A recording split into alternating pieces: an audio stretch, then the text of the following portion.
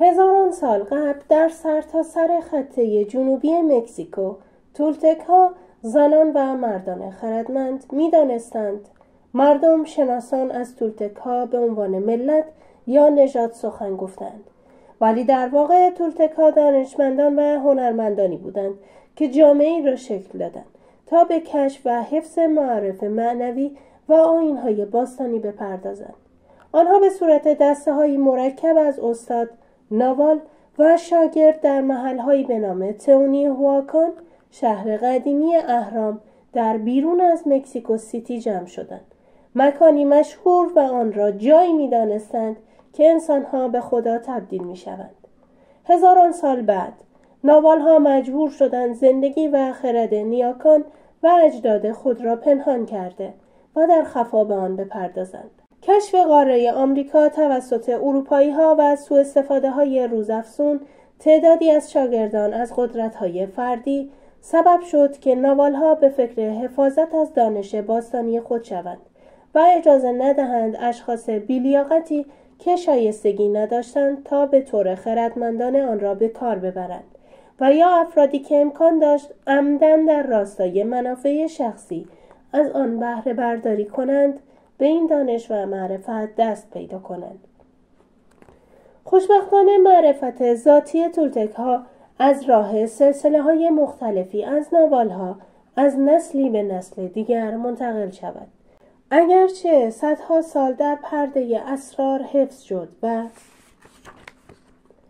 باقی ماند، پیشگویی‌های باستانی حکایت از این داشت که زمانی فرا خواهد رسید که بازگرداندن این دانش به مردم ضرورت خواهد یافت. اکنون دون میگوئل رونیز به عنوان ناوالی از سلسله عقابان سلحشور رسالت یافته تا دانش و معرفت قدرتمند تولتک‌ها را به ما برساند. آموزه های تولتک از همان وحدت بنیادی حقیقی نشأت گرفته که تمامی سنت های ذاتی مقدس در سراسر جهان واجد آن است. این معرفت هرچند مذهبی نیست، به تمامی استادان معنوی که دنیا را برخوردار کردند محترم می شمارد. در حالی که بر عرفان احاطه دارد، در حقیقت به عنوان روشی برای زندگی ترسیم شده است که شاخصه آن ظرفیتش برای نیل به شادی و عشق می باشد. آینه دود گرفته. 3000 سال قبل انسانی مانند من و شما نزدیک یک شهر محصور در کوهستان‌ها زندگی می‌کرد. او مشغول تحصیل علم طبابت بود تا دانش اجداد خود را بیاموزد، ولی با تمامی آنچه که آموزش می‌دید موافق نبود. در قلب خیش حس می‌کرد که علم‌های پنهانی بیش از این آموزه‌ها وجود داشته باشد. روزی هنگامی که در یک غار خوابیده بود، در رویا دید که جسم خود را که خفته است تماشا می‌کند. از غار خارج شد. آسمان صاف بود و ماه با میلیون‌ها ستاره در آسمان می‌درخشیدند. در این هنگام در درونش جرقه‌ای به وجود آمد که زندگی او را برای همیشه دگرگون ساخت. او به دستهایش نگاه کرد، بدنش را لمس کرد و صدایی از درونش را شنید که می‌گفت: من از نور ساخته شدم. من از ستارگان ساخته شدم. او دوباره ستاره‌ها را نگاه کرد و متوجه شد ستارگان آفریننده نور نیستند، بلکه این نور است که ستاره‌ها را می‌آفریند. با خود گفت: تمام چیزها از نور به وجود می‌آیند و بین تمام چیزها فضای خالی وجود ندارد. بدین گونه فهمید که هر چیزی که موجودیت دارد زنده است و نور پیام‌آور زندگی است، زیرا زنده است و در برگیرنده همه اطلاعات است. بنابراین او دریافت گرچه از ستاره ها ساخته شده است، اما ستاره نیست. با خود فکر کرد: من مابین ستاره ها هستم. آنگاه او ستارگان را تونال و نور میان ستاره ها را ناوال نامید. متوجه شد که ورای این هماهنگی و فضای بین آنها هدف و نیتی وجود دارد. تونال و ناوالی بدون حیات امکان ندارد وجود داشته باشند. حیات نیروی مطلق، متعالی و آفریننده است که همه چیز را خلق می کند.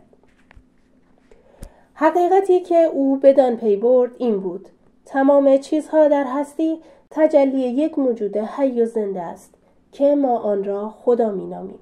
در حقیقت همه چیز تجلی خداست.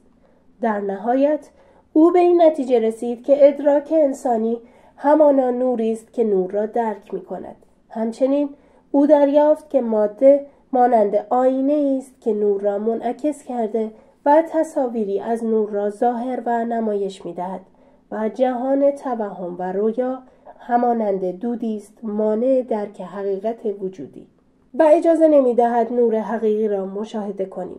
خود واقعی ما عشق و نور خالص است. این ادراکات و معرفت زندگی او را دگرگون کرد. زمانی که دانست حقیقت وجودیش چیست، به انسان‌های پیرامونش و طبیعت نگاه کرد و از دیدن تمامی چیزهایی که مشاهده می‌کرد شگفت زده شد. او خود را در همه چیز می‌دید، در همه انسان‌ها، در حیوانات، در درختان، در آب، در باران، در ابرها و در زمین، و پی برد که هستی آمیخته‌ای از تونال و ناوال است که شیوه‌های مختلفی در هم می‌آمیزند تا میلیاردها مظهر و تجلی از حیات را بیافریند.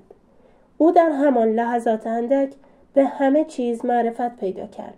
بسیار هیجان زده شد و قلبش سرشار از آرامش شد. سخت می‌توانست صبر کند و می‌خواست دیگران را نیز از آنچه که بدان معرفت پیدا کرده بود آگاه سازد، ولی برای توصیف این حقیقت کلماتی نمی‌یافت. کوشش کرد تا به دیگران این حقیقت را بگوید، اما آنها توانایی درک حقیقت را نداشتند. تنها می‌توانستند متوجه شوند که او دگرگون شده است. در نگاهش نور زیبایی می‌درخشد و ساطع می‌شود و در کلامش موج می‌زند. آنها متوجه شدند که او دیگر هیچ چیز و هیچ کس را قضاوت نمی‌کند. دیگر او هرگز شبیه هیچ کس نبود.